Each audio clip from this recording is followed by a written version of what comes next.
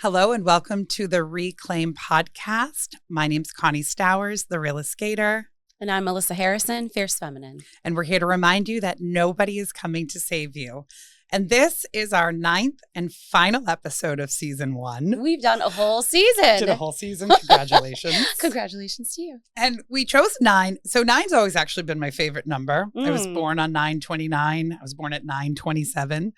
And in doing some research with like numerology, 9 is considered one of the most powerful numbers for a lot of reasons, but a lot of it has to do with it's the completion of a cycle, right?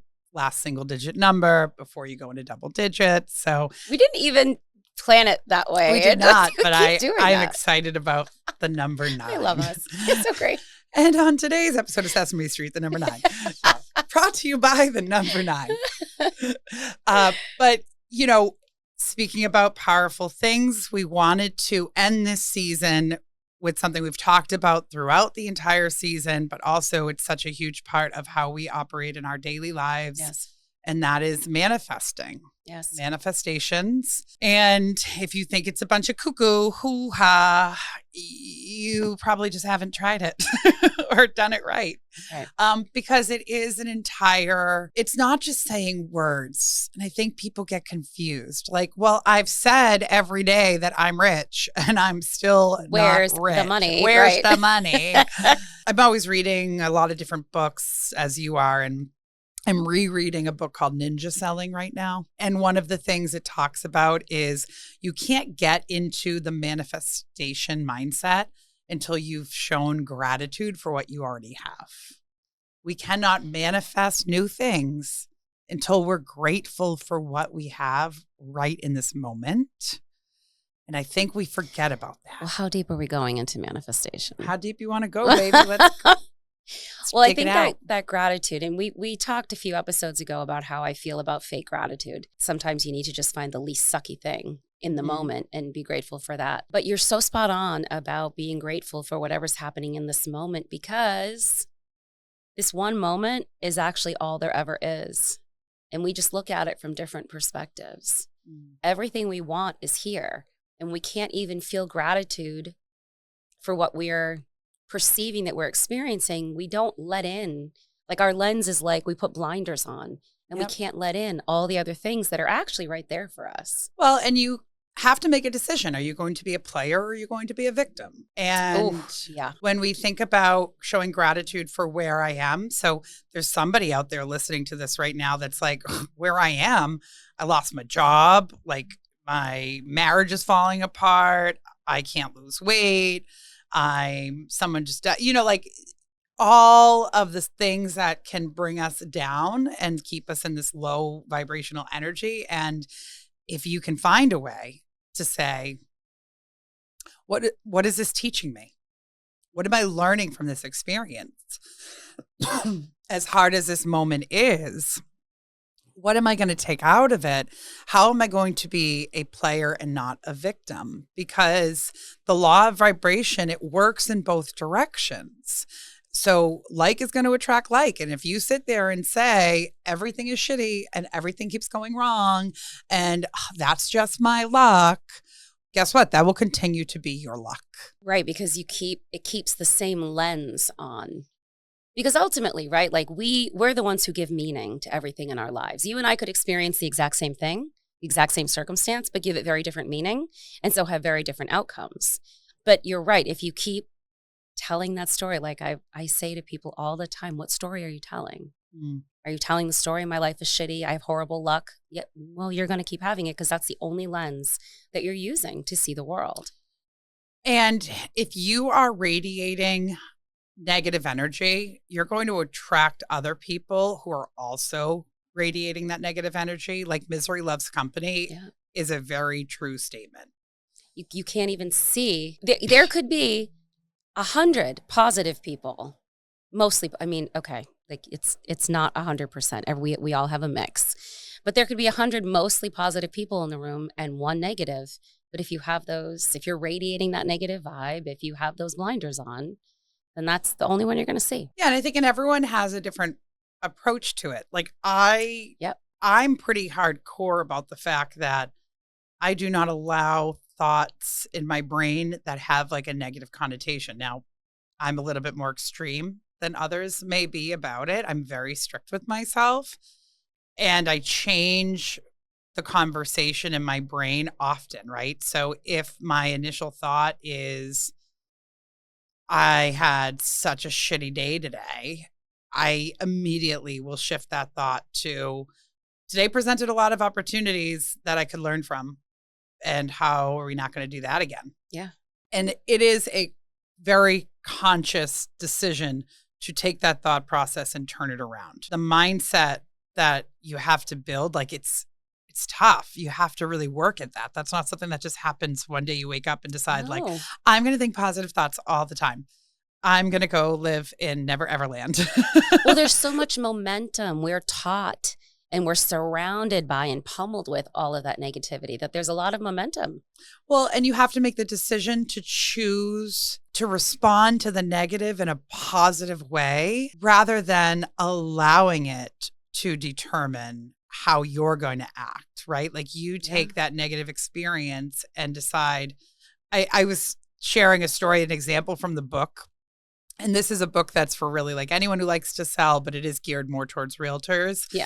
And one of the stories is this guy decided to like leave his full-time job, quit his salary career, become a real estate agent, go full-time and go all in. And like a couple of days before he started as a full-time realtor, he fell off a horse and like broke his neck. Oh my God. And the doctors were like, okay, good news. You're alive. Bad news. You're going to be laid up for a long time. Yeah. Like at least 6 weeks minimum. And in that moment, he had to make a choice, right? And I think a lot of people, the choice might be, how could this have happened to me? This is so awful. What am I going to do? And I need to call my job back and see if I can come back. But instead, he decided to use that time in his bed to make phone calls, to tell everyone he knew that he was going into real estate, to learn as much as he could, to just, he took the controllables in his scenario and he took that negative situation and made it a positive, and he like approached it in a positive way. Yeah. And he made $300,000 that year in his first year. And I would say on an even deeper level, he was acting as if he was a successful real estate agent. Absolutely. Even from the bed with a broken neck. Like that's when they say circumstances don't matter. People don't want to hear that because the circumstances are heavy and they grab us. I mean, really, we're grabbing onto them, but you can't let that dictate how you're going to behave. You have to decide, well, what would I be doing if? And then go do it as best you can. And your brain is going to have pre-programming in it that it wants you to believe certain things, right? For sure. If you're manifesting that, you know, I make $300,000 a year, and in your brain's telling you like, no, you don't. No, you stop that. You don't make that. How could you ever make that? Right. You're pre-programmed to believe that you're not capable of accomplishing that. Yeah. And so there becomes this moment where you have to rewire your brain to think past your limiting beliefs. Yep. In order to truly claim what's yours. Because if you are someone who believes in the power of manifesting, you believe it is already yours. It already belongs to me. It's already mine. That's right. And in order for it to be mine, though, truly, I have to believe it. We talked about this in the last episode. Like, I don't truly believe I'm worthy yet of a loving, healthy, beautiful relationship. And so I can't find one yet because I don't believe it yet. We just have different lenses on. It's okay. They're getting clear. We're getting clear. We're getting clear. But I understand that until I believe that until I exceed that limiting belief, I'm not going to be able to like manifest that kind of love into my life. Right. Right. And I think that's the big part of manifesting is like, you have to even fake it till you make it sometimes of, I am a millionaire. I am a multimillionaire. I run a successful business. It makes millions of dollars a year, but really I have $5 in my account. Doesn't matter. This is the future that you envision for yourself. And therefore you have to live and breathe it as if it's now. That person who makes $1 million, what does their habits look like? What are they doing every day? Right. How does she dress? How does she speak? What people have access to her? All of those things. And one of the best tools that I found to do this is to create an alter ego. Have you played with that at all? Constance is my alter ego. When people call me, when people do you like Constance or Connie? I'm like, oh, well, if we're in negotiations, Constance. That's right. If I have to feel like a badass, it's Constance. That's right. When I get more comfy and cozy and knowing you, then I'm Con or Connie. But yeah, I think like Constance is my alter ego. Yeah, she's fierce. And then you just decide, okay, and what does she eat? What does she wear? How does she make her decisions? What does she do with her money? What does she do in her free time? And then you honor that as best you can. What's interesting is the first time I read this book, Ninja Selling, I was straight from I had just gotten separated. I had just moved into my new condo. Yeah. Still almost 300 pounds. I was living by myself for the first time ever. So before living by myself, I really wasn't great at keeping a house clean or just having any kind of organization or any kind of scheduling. And I remember listening to this book and all the things it was telling me to do and thinking about how impossible all those things felt. That's not me. I could never do all this stuff. This isn't how I run my business. Right. And now 2 years later, I'm listening to the same audiobook. Actually, wow, 3 years later. Yeah, 3 years later.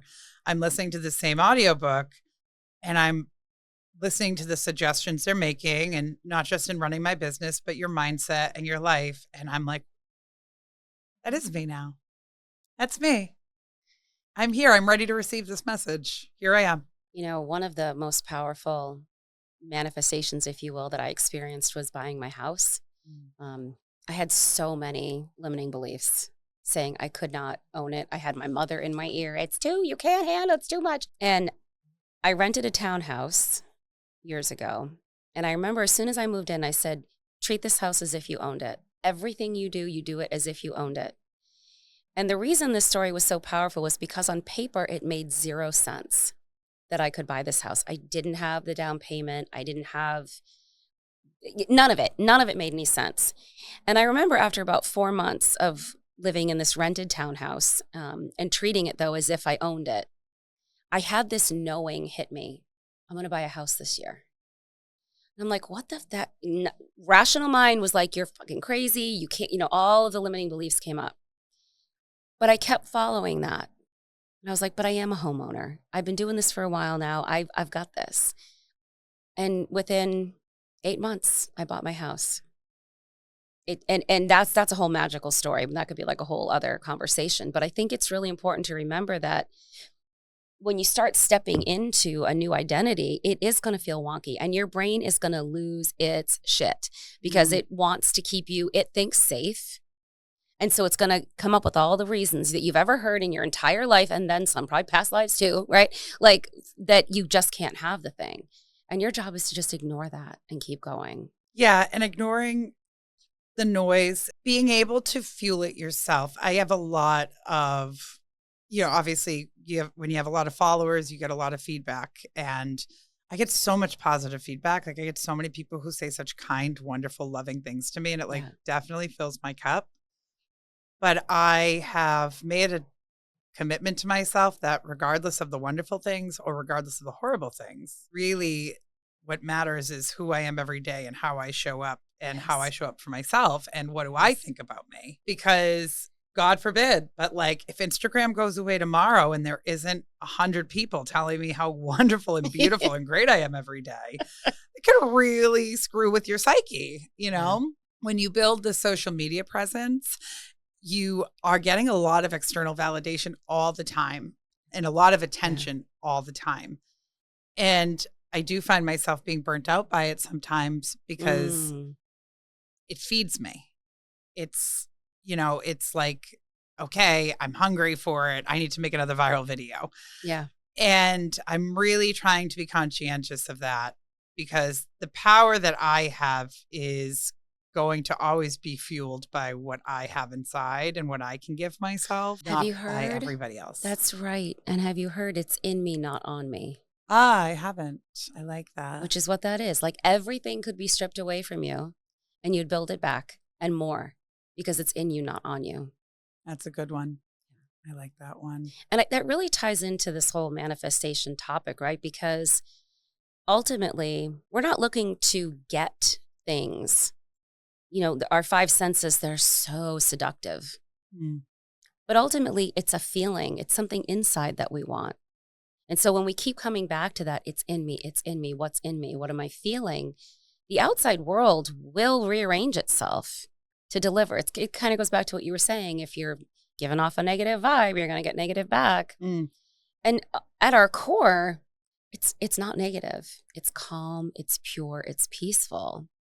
And joy. It's joy, it's excitement, it's all those things. I think that manifestation has become a hot topic where people, like I said, I think people think it's just about the words you say. Yeah. But it's about embodying the life that you envision for yourself, claiming it as if it's already yours, believing deep down in your core, this is what I'm meant for, and I have to walk this path regardless of how uncomfortable it feels. And even if there's no evidence yet, especially if there's no evidence. That's my favorite. Faith is even if. That's right. Faith is not what if. Fear is what if. Faith is even if. A picture popped up yesterday. It was, 4 years ago today. And 4 years ago today, it's me holding little baby Autumn, who at that point was just like a month old. And I looked at the girl in the picture and I thought to myself, that girl had no idea what was to come. Oh, yeah. She had no idea. Mm-hmm. She had no idea all the pain she was about to face, and she had no idea all the glory that was on the other side of that pain. Yes. And had I not sat down in January of 2021 and started writing out manifestations for the first time and started writing out what I envisioned a life to be that felt authentic to me and that felt like it was the right way to go. Had I not done that, I don't know that I ever would have left. Because I don't know, if I had never envisioned what could have been, I never would have done it because I wouldn't have known. And I think it's so important that you share and own what's been really fucking hard. Yeah. Because a lot of people who enter this manifestation space, there's coaches are a dime a dozen out there saying all you got to do is say these affirmations and just, flip your thoughts all the time. And it's all you have to do. Once you get started on this, like you've had to go through hell, if you will, and back to get to this place. And that doesn't mean that it's ebbs and flows always in life. Right. But if you think manifestation is this, just think positive and everything will work out. Just say your affirmations. And then you get to the real stuff where it's hard and you're diving in and you have to be so completely raw and honest with yourself. You really got to meet yourself. And you think, oh, I'm doing it wrong. And then you stop. That's when people are like, well, it's bullshit. It doesn't work. Right. Because like you said, when we first started the episode, you just haven't really tried it. You got to go through this hell before you can come out. Yep. And it is not all rainbows and butterflies. Oh, it's not. And you get tossed a rainbow every now and again, so you keep going. It's like, it really is pretty. Wait, hold on. I didn't find the pot of gold yet. Just stay right there. But the beauty of it is, like, as you see certain things come to fruition, as you see your life start to form in this way that is, hey, I wrote these ideas down on paper and I spoke them to the universe as if they're true. And now 6 months later, or a year later, or 3 years later, it's all true. What else can I manifest? What else can I then make it gets come fun. true? Then it gets really fun. Then it gets really fun. Like, hold on a minute. What else do we have here? But I think it also goes back to, you have to always come back to gratitude, though, and also thank yourself and thank your higher power and thank your universe for getting you this far. Be grateful for what you have today before you ask to bring on more. And think about the things you're asking for, right? Like, I've found myself manifesting, like, I make $5 million a year. And then I'm like, well, is that really what I want to manifest? Or do I want to manifest that I work in a business that provides me enough monetary value to live a healthy and beautiful life, doing something that I feel wonderful doing every day. Yeah. Because like I could go make $5 million a year on OnlyFans if I wanted to. That's right. Have you seen my ass? But that's not my path, right? Like, and for other people that is. And that's, once again, like, what is your path? Right. So for me, making money isn't the goal. How I make the money is the goal, right? Because if you're not being authentic, it all falls apart anyway. Yeah. I also sleep every night. I listen to some kind of vibrational energy. Yeah. And when I feel like things are slipping business wise, I always listen to like Manifest Money vibrations. And I swear, like the next day I'll wake up and it'll be like 3 people message me about wanting to sell a house. And I'm like, yes, got it. You know, like whatever it is you believe. But it's I think the belief you have in yourself to accomplish the things that you write down that you want to achieve.